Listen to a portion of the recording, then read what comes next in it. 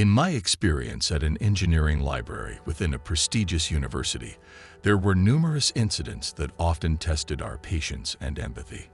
One notable situation involved a distressed student who received a call informing them they hadn't secured a sought-after summer internship. The news hit hard, and the student's reaction was intense. They retreated to the sixth-floor stairwell, teetering perilously on the railing, indicating a potential intention to jump to the ground below. It was a heart-stopping moment, but thankfully, the night custodian managed to talk the student down from the edge, preventing a devastating outcome. As a result, a safety net was eventually installed as a preventive measure. Another striking case involved a dedicated PhD student who practically took up residence in the library for the better part of a year. Carrying a whole loaf of bread and a jar of peanut butter, this student would spend long hours working diligently, using ottoman-like cushions to fashion a makeshift sleeping spot, and occasionally tending to personal hygiene. Despite being discouraged by our supervisor, the habit persisted, leading us to eventually accept this unorthodox behavior as part of the library's peculiar ecosystem. On a more alarming note, we encountered a bizarre situation involving a former student who had graduated and moved away, but left behind a negligible fine of around $15. In a series of unsettling phone calls, this ex-student went to extreme lengths, making threats against our supervisor and head librarian, demanding the fine be waived. Each call became a rant, leaving no space for us to intervene or respond, ultimately prompting us to install caller ID for our safety and peace of mind.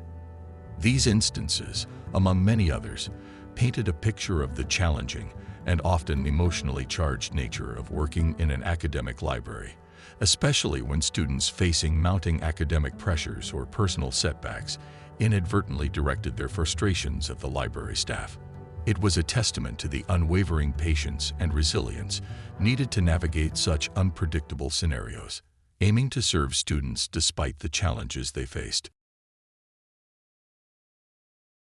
During finals week at the university library, tensions often ran high, but there was one particular incident that stood out among the various end-of-semester dramas. A student, visibly worn out and sleep-deprived from spending extensive hours in the library, had a meltdown one afternoon.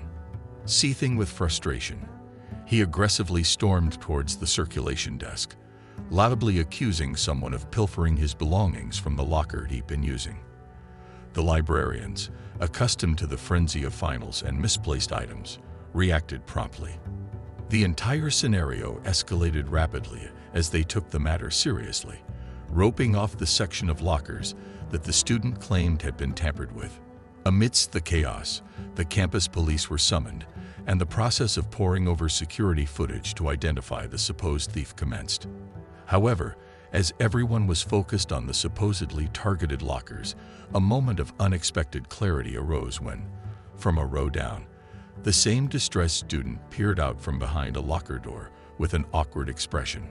"Oops," he muttered sheepishly. As it turned out, amidst his sleep-deprived state and overwhelming exam preparations, the student had simply forgotten the location of the locker he was using. His misplaced anger and accusations had caused a temporary frenzy, but the truth was a lot more mundane than the situation had initially suggested. The incident was a reminder of the toll that finals week could take on even the most composed and studious individuals. I vividly recall one particularly bizarre incident at the university library during the frenetic final exam period. The ambiance was typically hushed, with students and library staff quietly navigating the sea of books and desks. Suddenly, a scene erupted that pierced through the quietude. A student was slouched over, seemingly asleep at their desk, and then, in an abrupt jolt, they awoke. With erratic and frenzied movements, the person let out an explosive stream of expletives that reverberated through the library.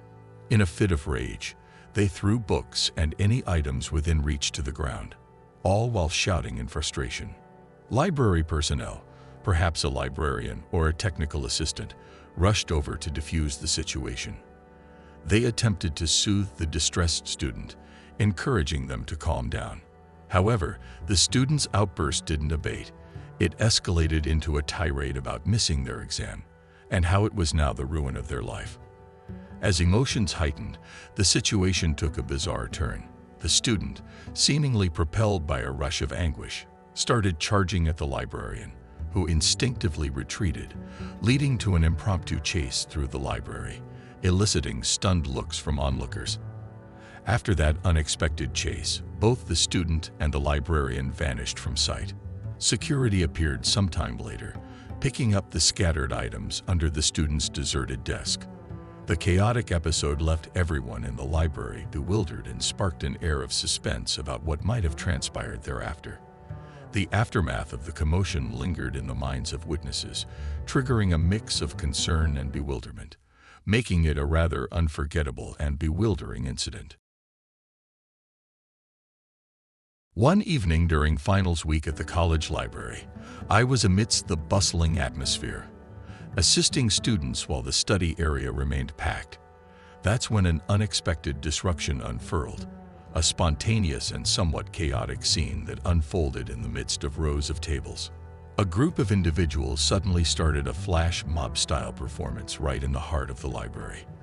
However, the student body wasn't exactly thrilled by this interruption and began voicing their disapproval, resulting in a growing cacophony of discontent. Amid the fervor, one student, in a burst of frustration, took charge. He approached the source of the music, yanked the power cord out of the boombox, and, in a thunderous voice, demanded they leave. Then, perhaps swept away by the intensity of the moment, he continued to express his frustration, shouting at an unseen force. A second student intervened, attempting to calm down the agitated individual. Meanwhile, I noticed a freshman, the student I was assisting, who appeared disheartened by the unruly scene. It was evident that witnessing this disruption during a time meant for focus and study had somehow dampened his perception of the college environment. The incident was certainly unexpected and left an impression on all those present in the library that night. The diverse reactions to the situation reflected the varying attitudes of the students and their experiences during the stressful time of finals week. As the first semester of college was drawing to a close, I distinctly recall making my way to the library following a grueling bio exam. Eager to return a book and grab a coffee, I had the taste of freedom lingering on the tip of my tongue. However, what I encountered upon reaching the library was nothing short of astonishing. The grand halls of the library, a hub of academia and study, appeared to have transformed into a living monument of the chaos that was finals week. Pitt, being a sizable public university, meant hundreds of students had made the library their home for the past week, cramming, studying, and pulling all-nighters. The aftermath was akin to a battlefield.